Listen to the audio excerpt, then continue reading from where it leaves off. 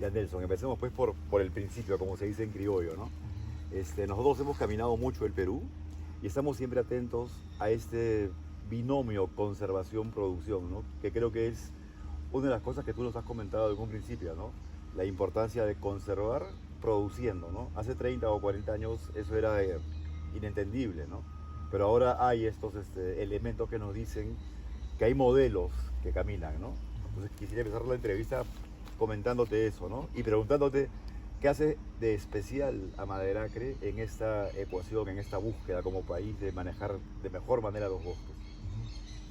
Mira, gracias por la oportunidad que nos das para compartir nuestra experiencia.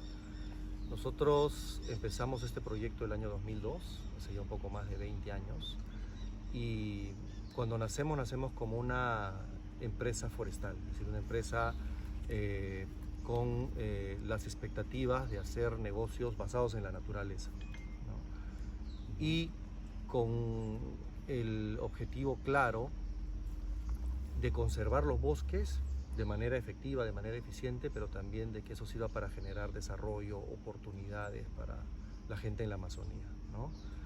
La gente de la Amazonía está llena de gente y por ende tiene que ser parte de la ecuación, y para nosotros no hay mejor manera de conservar involucrando a la gente, y de esta forma hacer que los bosques se conviertan en el motor del desarrollo de las comunidades rurales en la Amazonía y no en una barrera para satisfacer sus necesidades básicas o sus aspiraciones, ¿no? Cuando arrancamos Maderacre definimos 3 objetivos estratégicos justamente para poder manejar los bosques a los cuales hemos podido acceder a través de concursos públicos para concesiones forestales.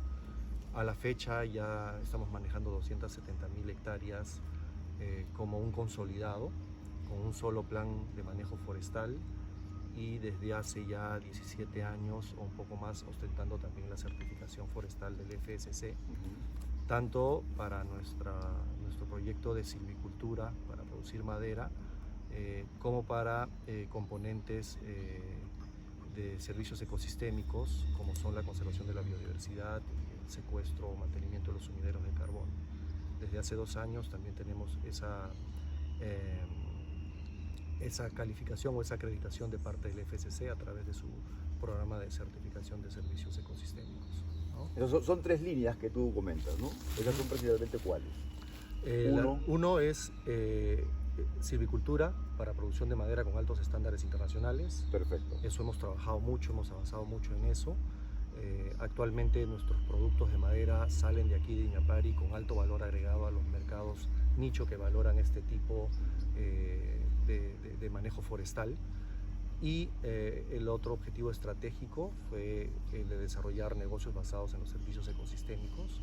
Lo que hemos podido avanzar ahí desde el año 2009 es en sacar adelante 2 proyectos bajo el esquema de Red Plus, que actualmente generan créditos de carbono y son los ingresos adicionales que justamente nosotros necesitábamos para poder hacer dos cosas, ¿no? Uno, controlar y proteger el territorio de la unidad de manejo forestal, y a la vez también poder trabajar con las comunidades para generar una forma diferente de acceso a la tierra, a los bosques, que lo que busque justamente sea reducir la deforestación. O sea, la primera línea permite que la pata económica de un desarrollo sostenible se dé.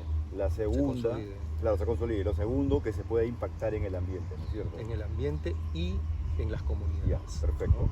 Porque hablamos de una provincia deprimida económicamente, con gente que sufre problemas o que sufría problemas de pobreza y de falta de empleo, ¿no? Sí, claro, y eso ha ido cambiando en el tiempo, ¿no? Ahorita tú vienes a Iñapari, Iñapari pues es una comunidad ordenada, tranquila, con pleno trabajo, no hay prácticamente desempleo, una comunidad llena de oportunidades y gracias a los bosques, ¿no? O sea, dejamos de ver el bosque como un espacio para sacar madera, para ver el bosque como un espacio que nos da recursos forestales y nos permiten generar otras actividades económicas. Ustedes también están involucrados en desarrollar esas otras actividades económicas, algunas muy ligadas al bosque y otras, por ejemplo, el ecoturismo, ligado al paisaje y a lo que también tiene la zona, que son valores culturales. Acá hay comunidades indígenas, ¿no? Sí, correcto.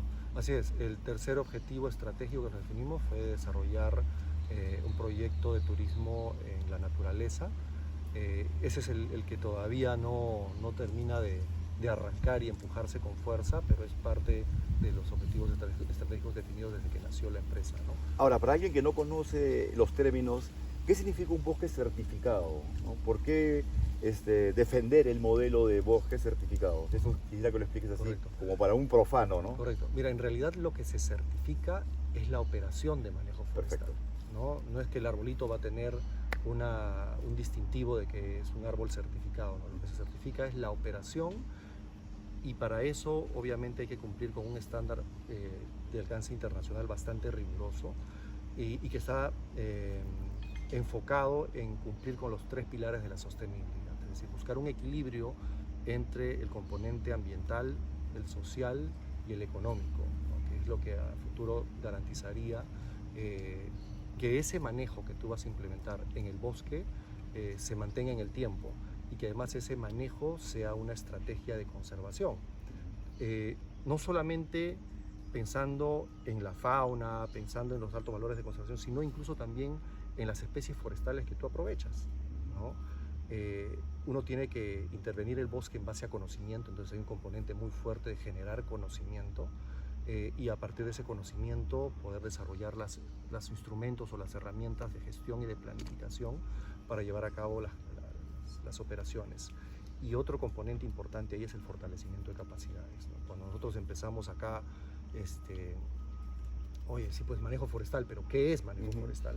Para las mismas comunidades, ¿qué es manejo forestal para la gente del campo? Entonces, ha sido un proceso largo de consolidar todo eso, y es a lo que le empezamos nosotros a poner punche, ¿no? A invertir más, es decir, a invertir en el bosque más que invertir en la industria y en los mercados, sino que empezamos invirtiendo en el bosque, que es la base de todo, ¿no? Ahora, en el negocio, hablando del negocio, la certificación te permite como empresa acceder o escalar ¿a qué nivel? Mira, nosotros estamos conscientes de que la forma de hacer manejo forestal es este. Al final, la certificación para nosotros era un mecanismo para acreditar de que las cosas que nosotros estamos haciendo están bien hechas, ¿no?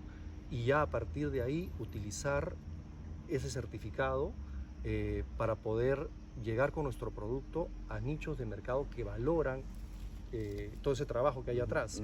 Y ahí te hablo principalmente pues del mercado europeo, básicamente, que es el que más valor le da a la certificación FSC, y eso a nosotros nos ha permitido, de cierta forma, en algunos casos conseguir mejores precios. ¿Ya? No hay una diferencia muy grande, muy significativa, pero sí nos ha permitido acceder a mejores precios, pero también nos ha permitido tener una operación más sólida en los mercados. Cuando los mercados se deprimen, cuando los mercados entran en problemas y empiezan a reactivarse, normalmente lo primero que han buscado es la madera que provenga de fuentes certificadas, donde se garantice no solamente su trazabilidad, sino que se garantice de que se está aprovechando de manera sostenible, es decir, sin impactar en las poblaciones de las especies que se aprovechan, sin impactar sobre los altos valores de conservación que puedan estar en los bosques, en la biodiversidad, y además que tenga un componente social importante, una contribución del negocio al desarrollo rural del entorno en donde se da, ¿no? ¿Y cómo das el paso hacia este negocio verde de los bonos de REDS? Esto que es tan incomprensible para los peruanos, ¿no? Porque Sí. fue una gran promesa en una época, pero que ha sido tardía, entre comillas, en cumplirse. Pero ustedes tienen ese componente en su desarrollo. Sí. Bueno, nosotros nacemos el año 2002, como te decía, iniciamos un proceso de planeamiento estratégico y definimos estos 3 objetivos a desarrollar en los bosques que manejamos, ¿no? Y en el caso de los servicios ecosistémicos, pues era súper gaseoso, ¿no? Claro, y, claro. y de cierta forma lo sigue siendo. Ya. Entonces, sin embargo, nosotros nos consideramos una empresa forestal, no somos una empresa maderera, sino una empresa forestal con una visión bastante moderna del manejo de los bosques, que incluye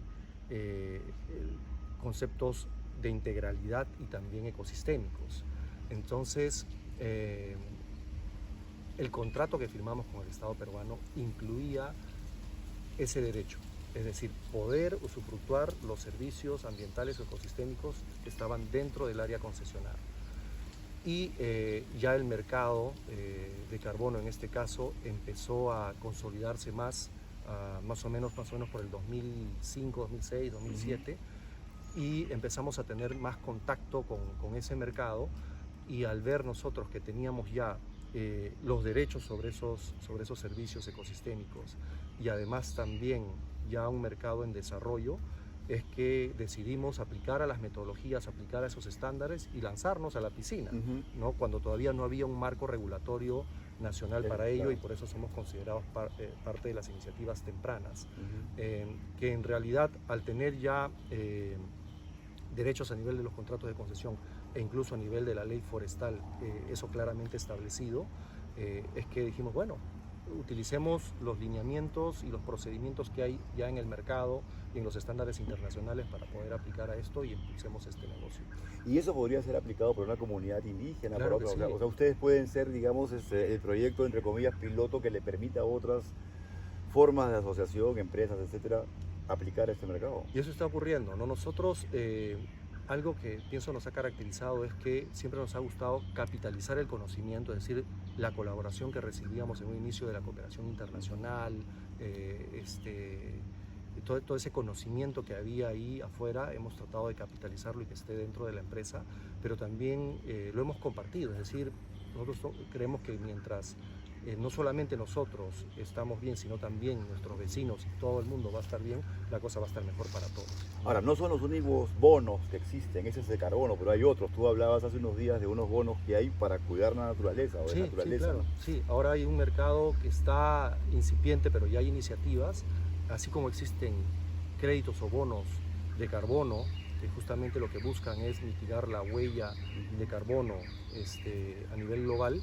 Existe un impacto claro de diferentes operaciones sobre la biodiversidad, sobre la naturaleza.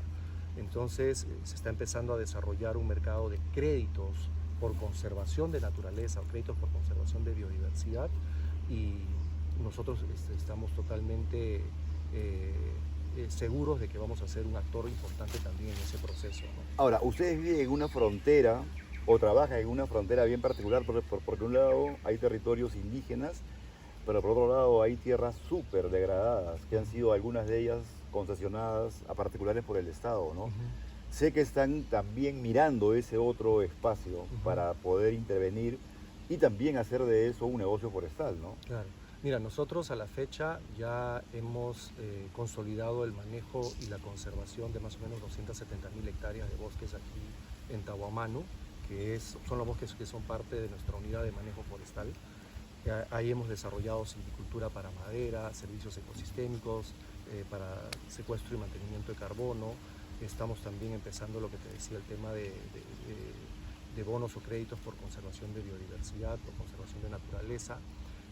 Pero además en Tahuamanu, en nuestro entorno, hay otros bosques que están altamente amenazados.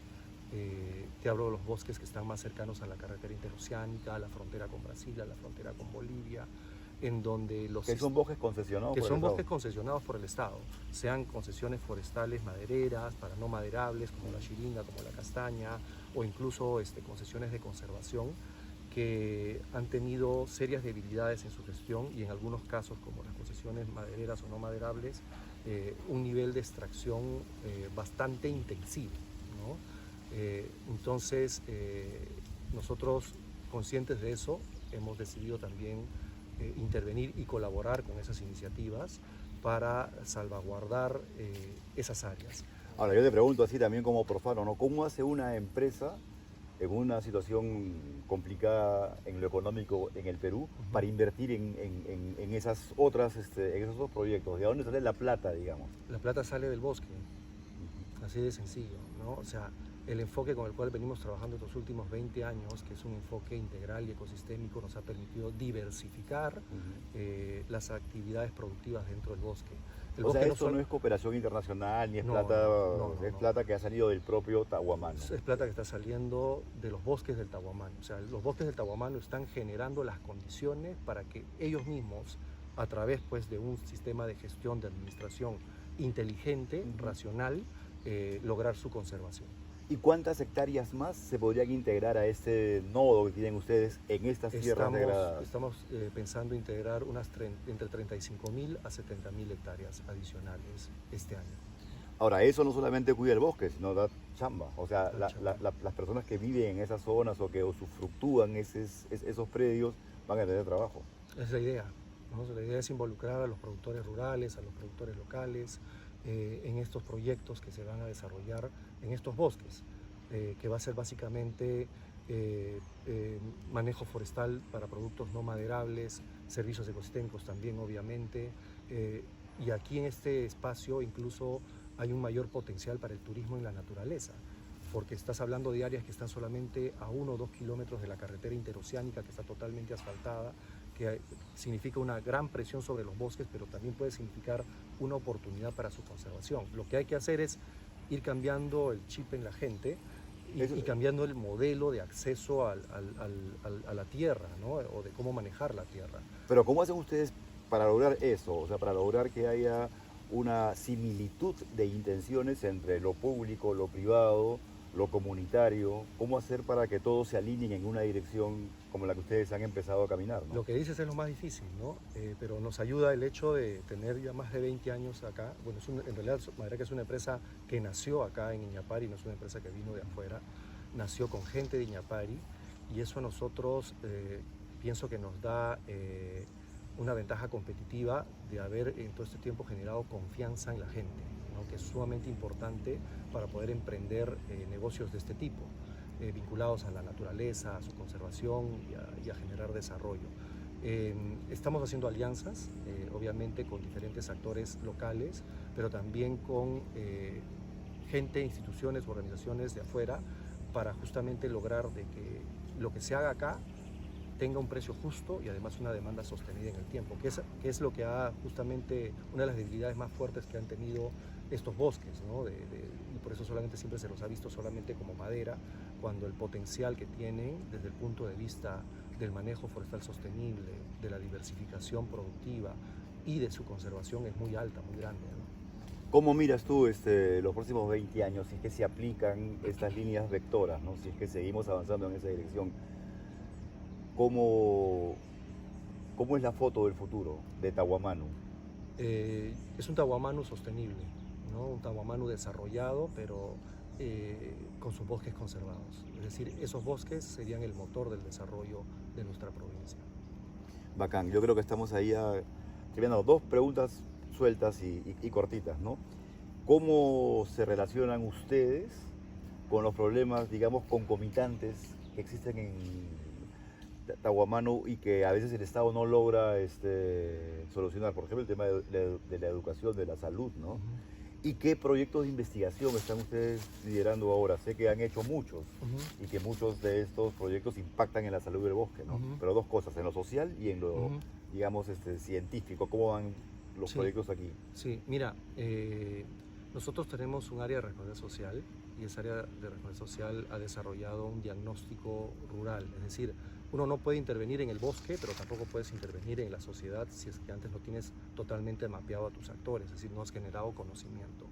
Entonces hemos hecho este diagnóstico hace muchos años atrás, tenemos identificado a todos los actores que están involucrados con nuestra gestión, con el uso del territorio y hemos definido diferentes líneas de acción o de intervención con cada uno de ellos. Pero yo pienso que lo más importante que hicimos en su momento y que fue una idea nuestra es crear un comité consultivo de desarrollo comunitario. Eso, cuéntame, eso está buenazo. Y este comité consultivo básicamente integra a diferentes representantes de la sociedad civil organizada, representantes de comunidades nativas, del municipio, de los diferentes barrios en las zonas urbanas, de las diferentes comunidades rurales que están alrededor, de las instituciones educativas, de las instituciones de salud y a través del diálogo con ellos, con estos representantes, se ha definido de que el apoyo de la empresa debería institucionalizarse y encarar aquellos espacios en donde hay una mayor brecha de parte del Estado. Ya. Y básicamente hablamos de educación y de salud. Entonces es que le hemos empezado de esa forma a direccionar el apoyo que podríamos nosotros llevar hacia la comunidad a esos espacios, de esa forma ser más efectivos en contribuir al desarrollo de estas comunidades. Ahí, por ejemplo, a inicios de este año hubo un problema serio en la institución secundaria aquí en Iñapari. Los chicos no tenían dónde estudiar porque su colegio se declaró inhabitable desde hace varios años atrás, tal vez unos 10 años atrás, por problemas de inundación, y fueron ellos retirados del área donde estaban estudiando los últimos años y se quedaron prácticamente en el aire. Y como teníamos los recursos y además también el mandato, no nos fue nada difícil poder decir, oye, ahí estamos nosotros y nosotros lo vamos a hacer y vamos a contribuir con los chicos, con la educación de los chicos de esta manera, y construimos 8 aulas en tiempo récord, diría yo, porque ya estábamos sobre la fecha de inicio de clases. Eso es un ejemplo. Otra cosa que pudimos identificar era que había mucha población, tanto en Iñapari como en la comunidad nativa bélgica, que no había terminado sus estudios secundarios y que eran ya personas adultas que estaban con muchas limitaciones para poder desarrollar una carrera profesional o insertarse al mercado laboral, y gestionamos junto con el SEBA, que también fue una iniciativa nuestra, de crear, con el objeto, de crear 2 SEBAs, es decir, 2 centros de educación básicas alternativa en Iñapari y en la comunidad de Bélgica. Y ya después, esto ya lo venimos trabajando hace más o menos 4 o 5 años, y después de ese tiempo ya hay muchachos que están postulando al instituto, hay egresados del instituto, algunos que incluso ya han venido a trabajar acá en la empresa, hay otros que están postulando a la universidad, cosa que antes tú no veías, ¿no? Sobre todo gente de la comunidad nativa. Y eso ha cambiado un poco las oportunidades que tiene esta gente, ¿no? Estamos ayudando también en el sector educación, en la comunidad de Bélgica, con dotaciones de medicina, con bonos para los enfermeros que hacen su chamba y que se dedican a atender la salud allá en la comunidad. Y además hay otra iniciativa, yo creo que muy importante, y que justamente está orientada a reducir la deforestación, y es el trabajar con las comunidades, con las familias, a través de lo que nosotros llamamos PAMA, que son los proyectos productivos amigables con el medio ambiente. Entonces, normalmente cada 2 años lanzamos un concurso para que gente de las comunidades, pueden ser familias o incluso personas con buenas ideas, postulen a través de sus proyectos. Hay términos de referencia, etcétera, que tienen que cumplir, que obviamente son amigables porque se trata de apoyar a gente que está en el entorno rural, a que ellos puedan montar en sus comunidades, en sus predios, sistemas de producción que no ameriten deforestar más bosques, sino que más bien opten por recuperar áreas degradadas. Ejemplos, por ejemplo, puede ser el tema de ganadería regenerativa, el tema, por ejemplo, de fortalecer actividades de artesanía, cerámica en la comunidad indígena, que además tiene un componente cultural importante que se estaba perdiendo en el tiempo. Iniciativas, por ejemplo, como recuperar áreas degradadas a través de sistemas agroforestales diversificados. Entonces, hay muchas oportunidades y ese es el enfoque con el cual trabajamos, es decir, fortalecer la protección de las áreas, pero además también trabajar con las comunidades para que esas amenazas o esa presión sobre los bosques cada vez vaya disminuyendo, ¿no? Y ir contribuyendo de esa forma a la conservación de estos espacios. En el tema científico, ¿qué proyectos están ahora siendo los proyectos de bandera en el tema de investigación en estos bosques? Sí, mira, hemos desarrollado varios estudios acá, desde hace ya más de 10 años que venimos impulsando esto, pero ahorita, por ejemplo, uno de nuestros principales proyectos es el tema del estudio de las poblaciones de grandes felinos y sus presas. Eso lo hacemos en alianza con el Zoológico de San Diego. Ya tenemos información que se viene colectando acá desde el año 2014, y eso nos ha permitido conocer 2 cosas, diría yo.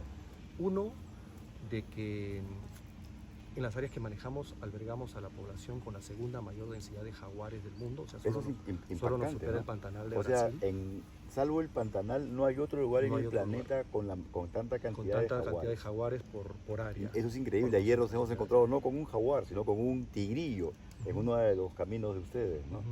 Y es francamente, para alguien que viene de la ciudad, espectacular, ¿no? Es como encontrarse con un elefante. Sí, bueno, y esa es una muestra, porque también igual vas a ver monos, vas a ver o sea, toda la fauna de manera saludable, y que sientes también de que esa fauna no está sometida a una presión de caza, sino que está conservada, y los hábitos de la fauna se mantienen de manera natural y no hay un conflicto con el ser humano, ¿no? Ahora vamos a conocer la planta, ¿no? Pero nos ha llamado la atención poderosamente ver a peruanos amazónicos trabajando en estándares de seguridad laboral de primer mundo, ¿no? O sea, gente que Sí, eso está es algo- en el bosque, pero Sí, eso es como algo si fuera de una clínica. Claro, y eso es algo de lo que poco hemos hablado estos días, pero para nosotros igual lo más importante incluso que nuestros bosques es nuestra gente. Ya. Entonces, Es lo que llamarían los sociólogos el capital social, ¿no?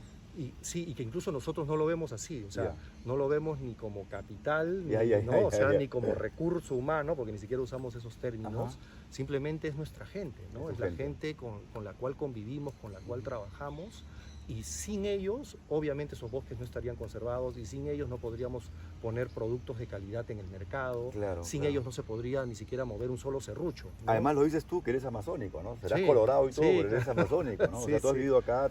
Yo, bueno, nací en la Amazonía y he vivido toda mi vida en la Amazonía, ¿no? Y solo me fui a la capital a estudiar la universidad, Ujú, ujú. pero después toda mi vida ha estado vinculada al bosque, a los entornos rurales, a la convivencia con la gente del campo, ¿no? O sea, esa idea que hay en las ciudades de que la Amazonía tiene que permanecer intacta, intacta en cuanto a no tocarla porque es tan frágil, sé que es frágil, pero tan perturbable que mejor nos vamos todos y hacemos de esto parques nacionales o sacamos a la gente. Claro, lo que Es- pasa es que eso no funciona porque la Amazonía sí está llena de gente. Ujú. O sea, mucha gente a veces de afuera dice, no, no toquemos la Amazonía porque es el último pulmón del planeta. Claro. Oye, pero es un pulmón que está lleno de gente y gente que interactúa con los bosques siempre. Y gente como tú y como yo que quiere progresar y que quiere tener las Sí. cosas que tenemos en las ciudades o en el campo, ¿no? Exacto, ¿no? O sea, la gente en la Amazonía también tiene necesidades y también tiene aspiraciones. Ujú. Y muchas veces la gente, cuando no tiene otra forma, otras oportunidades, ve al bosque como una barrera y no como una oportunidad.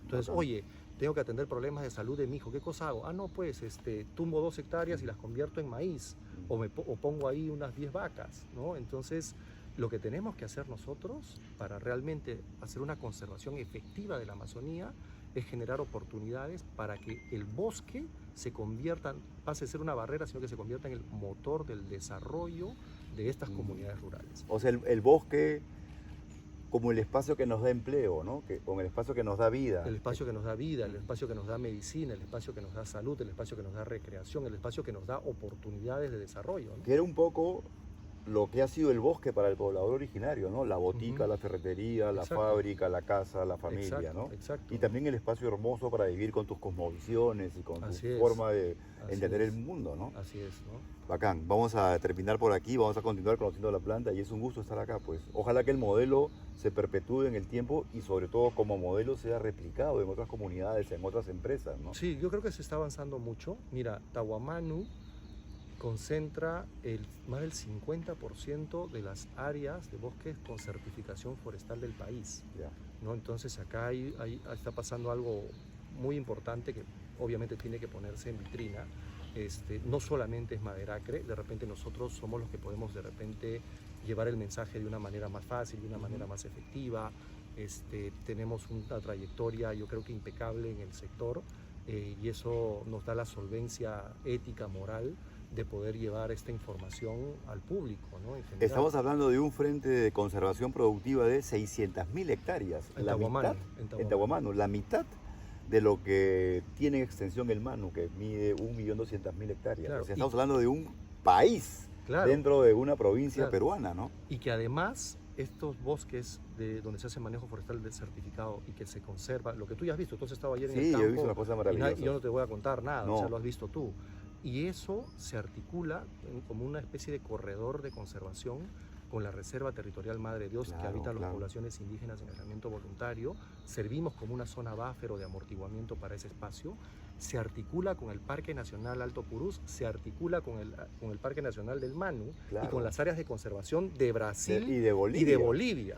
Hablamos de un corredor que puede medir entre 10 y 20 millones de hectáreas. Así es, Claro. fácilmente. Yo te diría ahorita 10 millones de hectáreas. Fácil. Fácilmente. Y es bueno mencionarlo porque la gente cuando en las ciudades cree que la conservación existe, cree que es porque se generan parques nacionales o áreas naturales protegidas. Y la conservación también requiere el esfuerzo de la empresa privada. Claro, y de la gente del campo, y el Y la gente del compromiso de campo. conservación de la gente del campo, ¿no? Chévere, sí, Y eso pero- no va por mandatos, o sea, Sí. eso no tiene que ir por una ley. Y al final todas estas formas de uso del territorio, del paisaje, son importantes, pues. O sea, uno no va a decir, oye, pero no, que no hayan parques. No, tienen que haber los parques, porque tienen que haber zonas de protección estricta. Pero también esas zonas que están sujetas a aprovechamiento, a manejo de los bosques, tienen que hacer su parte y ser un grano de arena importante en la conservación. Y acá termino y te hago esta pregunta, porque hay mucha gente que dice, en estas zonas tan prístinas hay indígenas piasi, o sea, indígenas peruanos que viven en contacto inicial o en aislamiento voluntario, ¿no? Correcto. ¿Ustedes cómo afrontan ese problema? ¿Es posible convivir con estos peruanos que viven en la prehistoria?